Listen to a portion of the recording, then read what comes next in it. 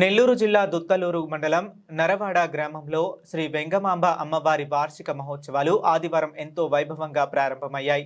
ఈ సందర్భంగా శ్రీ వెంగమాంబ ఉభయ ఆలయ పూజారి మాట్లాడుతూ ఈ 5 రోజుల పాటు జరిగే ఈ ఉత్సవాలకు వేలాది మంది భక్తులు తరలివస్తున్నారు.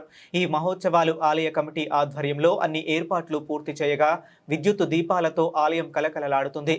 నిలుపు రోజు సంతానము లేక సంతానం కొరకు ఎదురు చూస్తున్న తల్లులు ఈ రోజు అమ్మవారి ఎదుట మొక్కుకుంటారని, వారి కోరికలను అమ్మవారు తీరుస్తారు అని ఇక్కడ దృఢమైన విశ్వాసంతో భక్తులు వరపడడం జరుగుతుంది. ఈ కార్యక్రమాలు చైర్మన్ ముసలయ్య, కార్యనిర్వహణ అధికారి శ్రీనివాస్ రెడ్డి వారి ఆధ్వర్యంలో ఘనంగా జరపబడుతున్నాయని ఆయన తెలియజేశారు.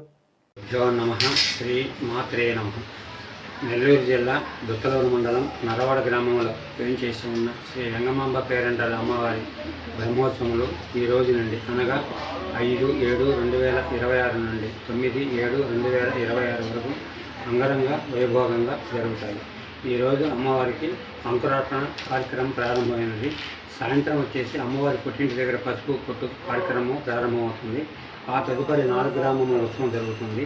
ఆ తదుపరి సోమవారం రోజున అమ్మవారికి సంతానం లేని వారపడట, 50 మంది భక్తులు కూడా సంతానం కోసం వారపడట, వాళ్ళ కుటుంబ సభ్యుల గురించి కానీ వాళ్ళ ఆరోగ్యాల గురించి కానీ అందరూ వచ్చేసి అమ్మవారి దగ్గర వారపడతారు. మంగళవారం రోజున పగలు గ్రామోత్సవం ఉంటుంది.